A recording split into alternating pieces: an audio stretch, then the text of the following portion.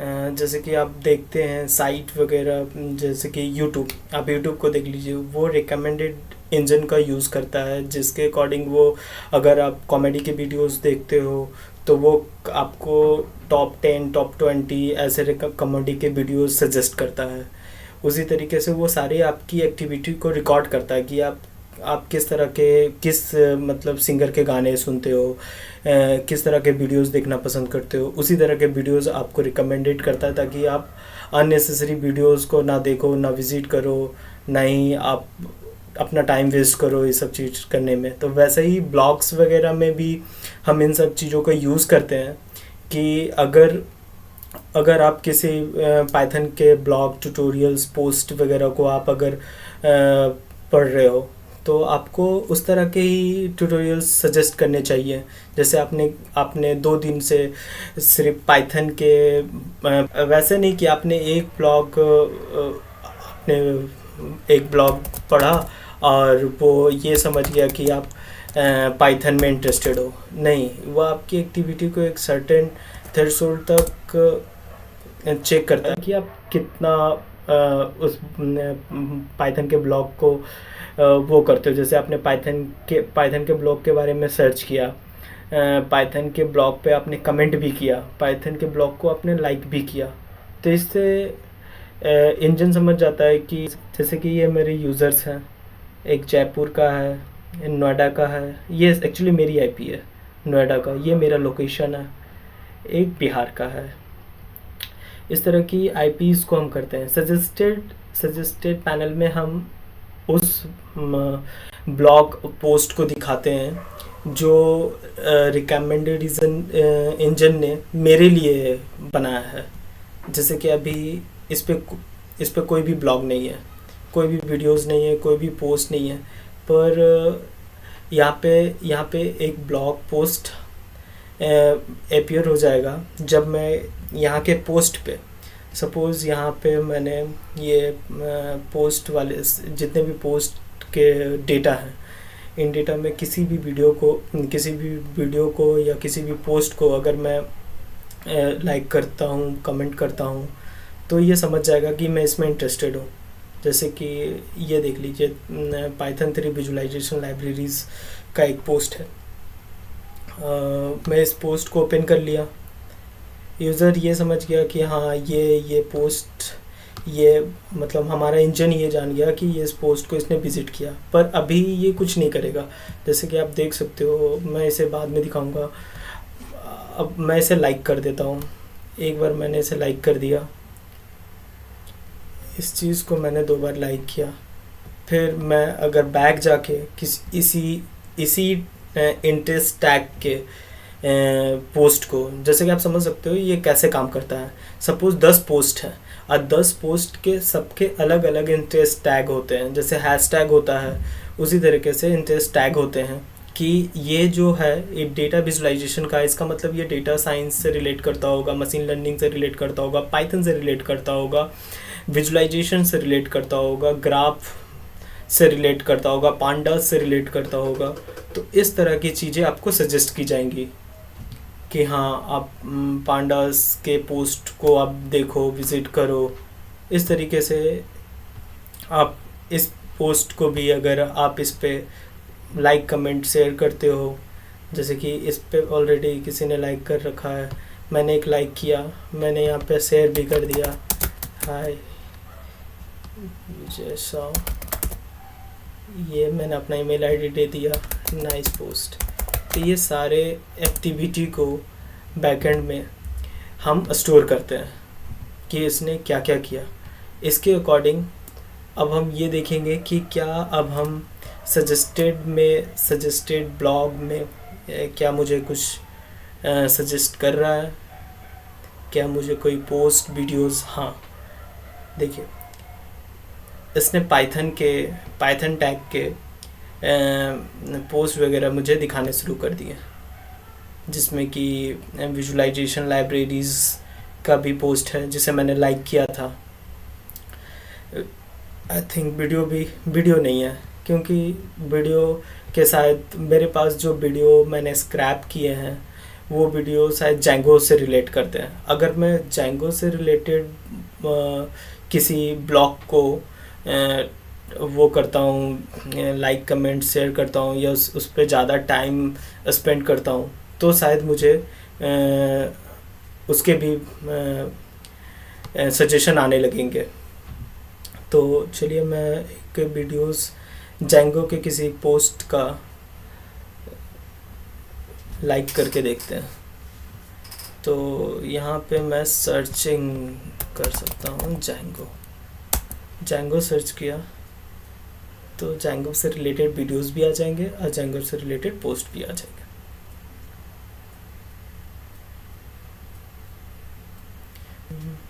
जैसे कि ये जैंगो का है, मैंने इसे लाइक कर दिया। वीडियोस भी होंगे, हाँ कुछ वीडियोस हैं। चलो मैं वीडियोस को भी लाइक कर देता हूँ। मैंने वीडियोस को भी लाइक किया। मैं जैंगो के 1-2 वीडियोस को लाइक कर देता हूँ। मैं इतना ओपन करके इसे रीड नहीं करूँगा। मैं इसे लाइक कर दिया। मैंने ये जैंगो एजेक्स ट्यूटोरियल को भी लाइक कर दिया। अब हम सजेस्टेड में जाकर देखते हैं कि क्या अब ये रिकमेंडेड कर रहा है या नहीं कर रहा है। फिर मैं बताऊंगा कि ये कैसे काम करता है, इसका एल्गो क्या है, मैंने किस इस तरह का कैसा बैकएंड तैयार किया है इसके लिए। एक्चुअली स्टार्टिंग में मैं सोच रहा था कि इसके लिए मुझे शायद वो वीडियोस वगैरह सजेशन में आने लगे। आप देख सकते हो based on your reading history अब वीडियो भी आ रहे हैं। जैसे कि आप ये भी देख सकते हो कि ये जैंगो एजेक्स, जैंगो चार्ट.js, ये सारे जैंगो के वीडियोस आ रहे हैं।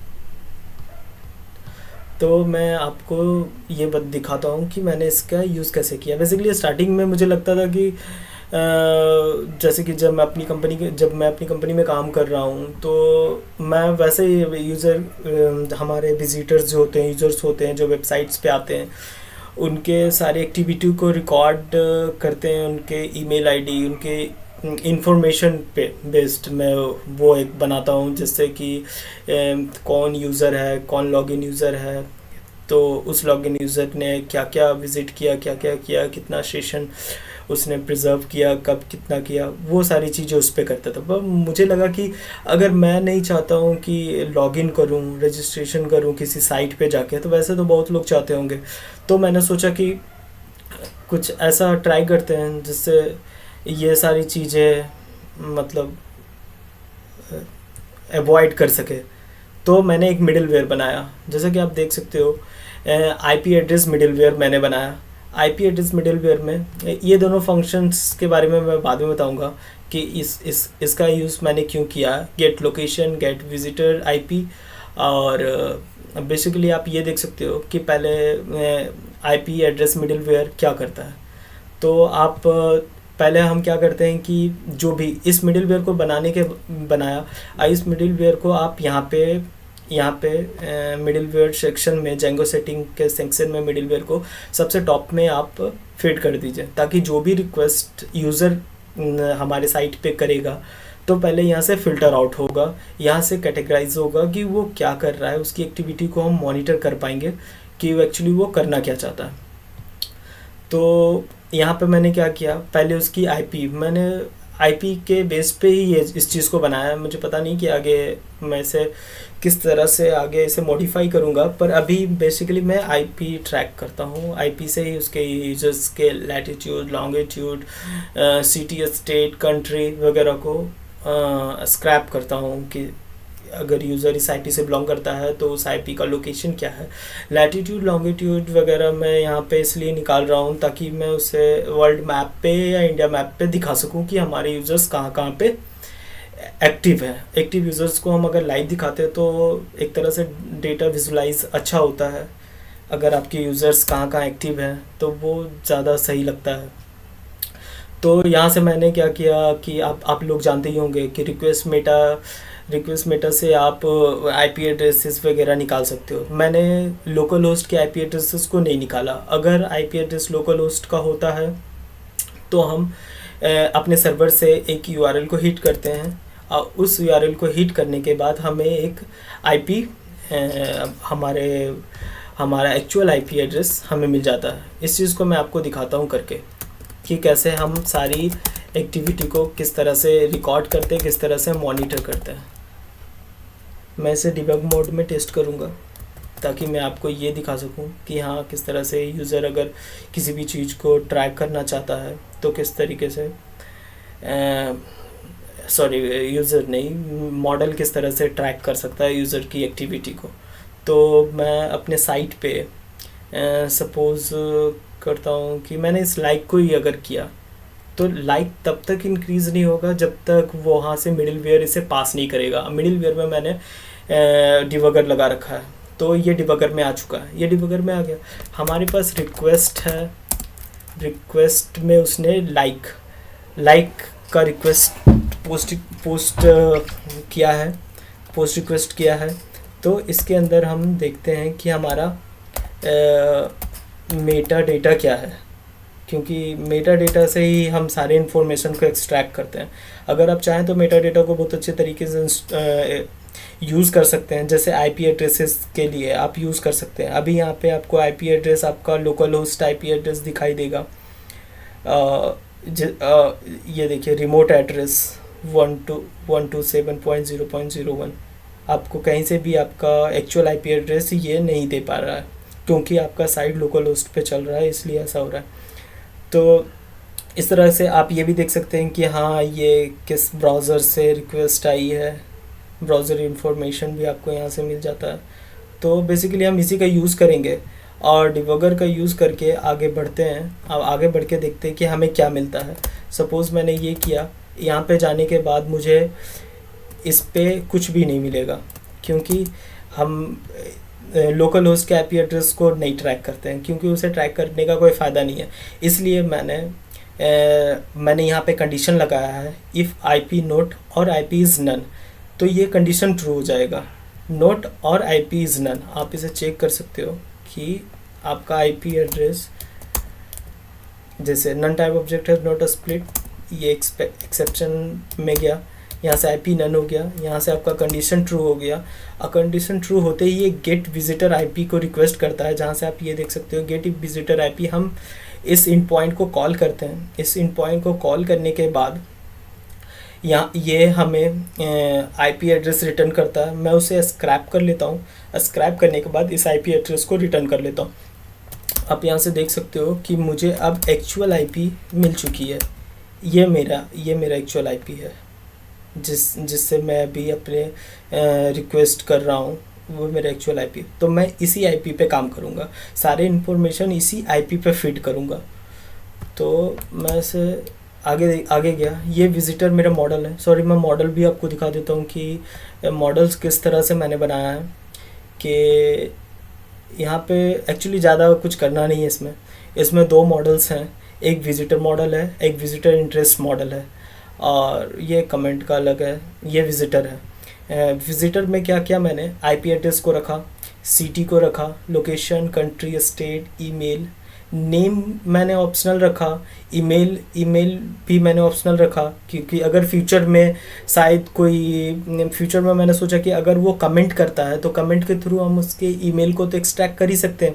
जिस आईपी से कमेंट आएगा उस आईपी से अगर कोई मेल आता है तो हम इस फील्ड को यहाँ पे फिल कर देंगे।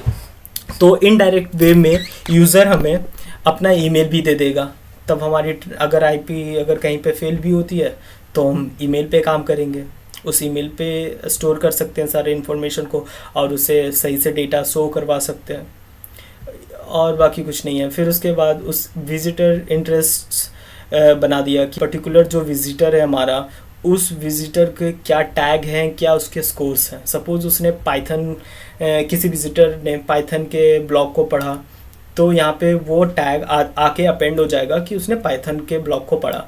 अब पाइथन के ब्लॉग को उसने दोबारा जाके पढ़ा तो उसका स्कोर 2 हो जाएगा। फिर उसने तीसरी बार भी पाइथन के ब्लॉग को ही पढ़ा, तो वो यहाँ पे बेसिकली हम स्कोरिंग के साथ खेलेंगे कि स्कोर अगर एक लिमिटेड स्कोर से अगर इसका ज़्यादा होता है पॉइंट, तो हम समझ जाएंगे कि वो इंटरेस्टेड है। क्योंकि एक बार किसी पाइथन ब्लॉग को पढ़ना ये नहीं है कि हाँ वो एक्चुअली पाइथन के ब्लॉग में इंटरेस्टेड है, तो ऐसा नहीं कर सकते। अगर वो 5 बार या 10 बार एक ही ब्लॉग को बार बार पढ़ रहा है, देन हम ये समझ सकते हैं कि वो इस ब्लॉग में ज़्यादा इंटरेस्ट रखता है, तो हम उसे उस तरह के ब्लॉग्स ही दिखाएंगे। यहीं से हम टैग्स निकालते हैं कि विजिटर के टैग्स क्या हैं। अगर विजिटर के tags Python, AI, machine learning, pandas इस तरह के अगर आते हैं विजिटर के टैग्स, तो हम अपने पोस्ट, यहाँ पे आप ये देख सकते हो कि ये मेरा पोस्ट का डेटाबेस है।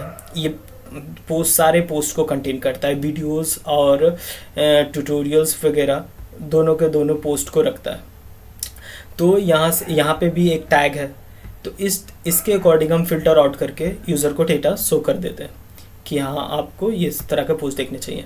तो यहाँ पे ये जाएगा, ये जाने के बाद आपको मैं यहाँ दिखाता हूँ कि ये विजिटर के पास गया, इसने फ़िल्टर किया आईपी एड्रेस के अकॉर्डिंग। आईपी एड्रेस के अकॉर्डिंग इसे क्या मिलता है, इसके आईपी एड्रेस के अकॉर्डिंग इसे विजिटर्स, एक पॉइंट नीचे जाना होगा, विजिटर्स, सॉरी विजिटर्स नहीं है, विजिटर है, हाँ विजिटर में मेरे उसने ये देख लिया कि ये पहले से यूज़र एग्जिस्ट करता है। अगर यहाँ कंडीशन है कि अगर यूज़र एग्जिस्ट नहीं करता है तो हम पहले उस यूज़र को बनाएंगे, बनाने के बाद देन उसके दूसरे रिक्वेस्ट पे हम इसे, क्योंकि मिडिलवेयर से काम कर रहे हैं तो मिडिलवेयर क्या करता है, हर रिक्वेस्ट पे इसे मॉनिटर करेगा ही करेगा। तो अगर ये एग्जिस्ट करता है तो हम ये देख लेते हैं कि वो किस तरह का रिक्वेस्ट कर रहा है। जैसे मैंने अभी तो कुछ ही लिंक्स बने हुए हैं, यूआरएल्स हैं, जैसे कि सिंगल हो गया, लाइक हो गया, सिंगल पोस्ट के लिए लाइक, कमेंट वगैरह इस सारी चीज़ों के लिए। तो उसने लाइक किया है तो लाइक वाले पे ये आएगा। अब विजिटर ऑलरेडी एग्जिस्ट करता है तो ये देखिए लाइक वाले पे गया, लाइक पे जाने के बाद उसने उस पोस्ट की आईपी को एक्सट्रैक्ट किया, आईपी को गेट किया, आईपी को गेट करने के बाद उस पर्टिकुलर आईपी नहीं, उस आईडी को गेट करने के बाद पोस्ट आईडी के अकॉर्डिंग उस पोस्ट की क्या टैग थे, उस पोस्ट का क्या टैग था, जैंगो पोस्ट के पोस्ट को मैंने लाइक किया था तो उसके टैग को उसने निकाला। उस टैग को निकालने के बाद वो विजिटर के इंटरेस्ट में जाके वो चेक करता है कि वो टैग है या नहीं है। तो अगर ये यहाँ पे जाके चेक करेगा कि वो है कि नहीं, अगर उसे यहाँ पे ये ट्रू मिला, चेक काउंट अगर ग्रेटर है 0 से, तो उसे ये कंडीशन ट्रू हो गई, तो वो क्या करेगा, स्कोर को जाके इंक्रीज कर देगा। जिससे क्या होगा कि अगर पहले से पर्टिकुलर जैंगो पोस्ट के लिए उस यूज़र का टैग 2 स्कोर पे था तो वो 3 हो जाएगा, जिससे उसके स्कोर्स बढ़ते जाएंगे। एक लिमिट के बाद उसके स्कोर, सपोज मैं अभी 5 पे मेज़र कर रहा हूँ कि अगर किसी पर्टिकुलर पोस्ट पे अगर उसके स्कोर 5 होते हैं तो उसे उसी टैग के वीडियोस और पोस्ट को सजेस्ट करो। तो यहाँ पे उसने जाके इस तरह से कर दिया, यहाँ से हम बाहर निकल जाएंगे और सक्सेसफुल हो जाएगा। मैं अब ये सारी एक्टिविटी तो मैं यहाँ पे आपको बैकएंड में दिखा रहा हूँ कि ये किस तरह से काम करता है। अगर कोई आईपी एड्रेस एग्जिस्ट नहीं करता है तो स्टार्टिंग में हम क्या करते हैं, पहला कंडीशन तो ये है, अगर आईपी मिला तो हम ये करेंगे, और अगर आईपी नहीं मिला तो इस पार्ट पर हम आते हैं और उसके लोकेशन को फाइंड करते हैं। आईपी एड्रेस तो हमारे पास है ही, हम आईपी एड्रेस वहाँ से निकाल लेते हैं, मगर आईपी एड्रेस डेटाबेस में नहीं है तो हम पहले उससे डेटाबेस में एक एंट्री करवाते हैं। एंट्री के साथ हम country, city, IP, latitude, longitude हम क्यों लेते हैं ये आपको मैं अभी बताता हूँ। पर मैंने पहले क्या किया, लोकेशन लिया, विजिटर में इसे सेव किया। सेव करने के बाद मैंने स्टार्टिंग में टैग, स्कोर वगैरह कुछ भी सेव नहीं किया, ऐसा ही रहने दिया, सिर्फ विजिटर के इन्फॉर्मेशन को सेव किया और इसके इंटरेस्ट टैग इसके एक्टिविटी के अकॉर्डिंग सेव हो जाएंगे। अब मैं आपको दिखाता हूँ इसका एडमिन पैनल कि एक्चुअली ये कैसे इंक्रीज करता है।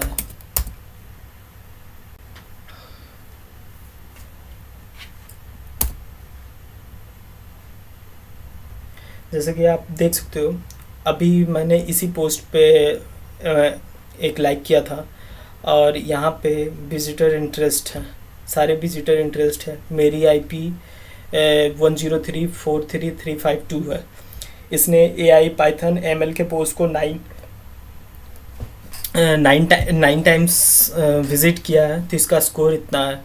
ये किसी एक यूज़र की आईपी एड्रेस है, उसने इसे 28 टाइम्स इस तरह के पोस्ट को विज़िट किया है।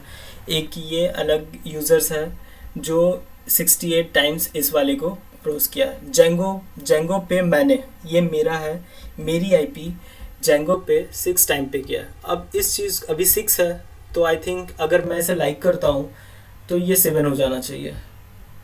तो शुड बी 7। तो जैसे ही मैंने इसे रिफ्रेश किया ये 7 हो चुका। तो इस तरह से हम वो कर एक्टिविटी को इस वे में हम अगर रिकॉर्ड करें तो हम यूज़र को सही से डेटा दिखा सकते हैं।